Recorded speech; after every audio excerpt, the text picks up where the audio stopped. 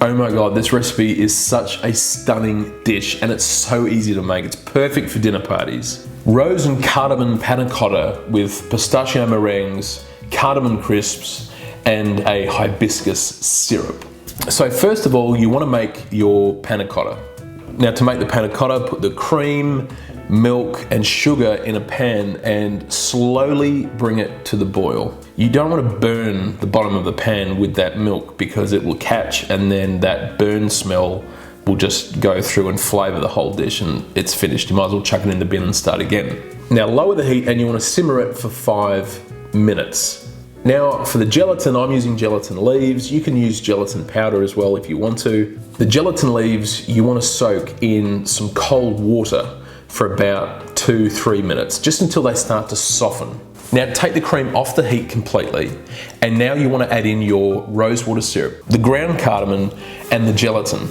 Now just using a spatula, mix it all through until everything's combined. Now you want to pour the mixture into 400mm or 3.5 ounce Dariol molds. You can pick these molds up really cheap off eBay if you don't have them, and they're really, really good, especially if you love making panna cotta. Now place the panna cotta into the fridge and chill for 2 to 4 hours. Now this next step is one of my favorite things in the world to make, and it is hibiscus syrup. It is so beautiful and fragrant, and if you've ever smelt the hibiscus flower, the pink ones, they are just so gorgeous, and this is the flavor that we want coming through. So mix all the ingredients together in a saucepan over a medium heat. You've got your water, sugar, the glucose, and then of course the hibiscus flowers, which I've taken from my front yard, and I've just cleaned them really well, made sure there's nothing nasty in there, and I've also removed the stem. And the color that you're after is actually going to come from the inside part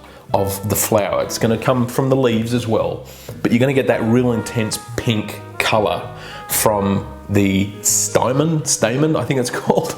That sounds like a body part. I hope I got that right.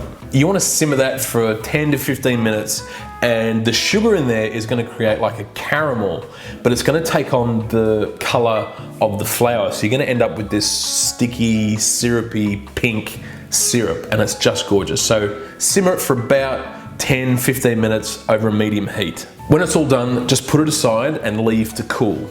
For the meringues, you want to preheat your oven to 110 degrees Celsius or 230 Fahrenheit. Now you want to whisk the eggs with the lemon juice to soft peaks, and then gradually whisk in the sugar until glossy. So you're making your classic meringue. Now at the very end, you want to just gently fold in the corn flour and the pistachios. And then I transferred it to a piping bag, and now we're going to pipe swirls on a non-slip mat on a baking tray and place in the oven for 1.5 hours. So after they've been baked, take them out of the oven and just leave them to cool completely. So for the cardamom crisps, you want to keep the oven on but increase the heat to 190 degrees Celsius or about 380 Fahrenheit.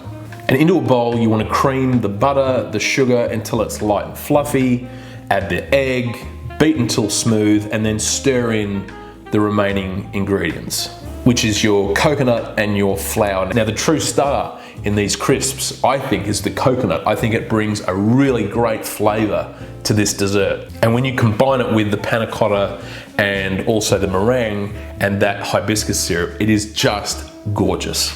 Now you want to shape into about 2 centimeter balls or 3/4 of an inch and place them reasonably well apart on the tray, and then just flatten them a little bit with a palette knife. Now you want to bake them for 10 minutes and watch them carefully until they're just golden brown around the edges.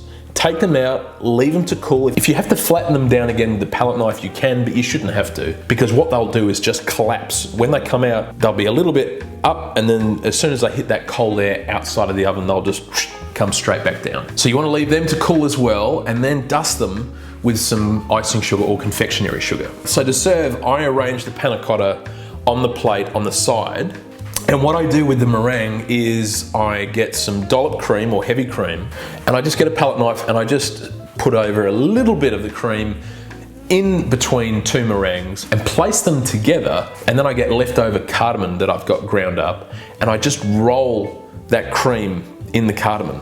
So place down your meringue, place down the cardamom crisps, and then get that hibiscus syrup and just drizzle it around the plate. And what I love about this is the whites really pop, the pink, the cardamom, it just looks amazing. And what I do just to finish it off is I place a pink rose petal on top of the panna cotta just to finish it off, which I think looks really, really nice. And every element of this dish goes well with one another. You've got the beautiful meringue that's crunchy on the outside but chewy on the inside as well. It's really light and fluffy.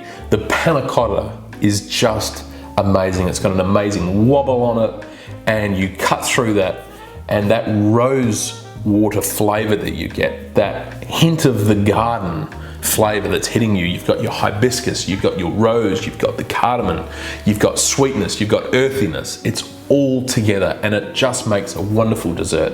It looks harder than it actually is. There's lots of different little elements to get right, but this is a dish that you can put together for a dinner party way ahead of time, like the day before, and all you have to do is plate up, and everyone is just going to go, this is fucking amazing. So let me know what you think in the comments. I think it's an amazing dessert. I think you can really play around with it in terms of size. I've made this version a little bit bigger, but I've made versions before where I've made the crisps smaller, the panna cotta smaller, the meringue smaller, so it can get even more delicate on the plate, if you like. If you want to grab the recipe, head over to my website, nickoskitchen.net. Links are in the description. If you like the video, please share this with your friends, give it a thumbs up. Thank you for watching, and I wish you all an amazing, happy day.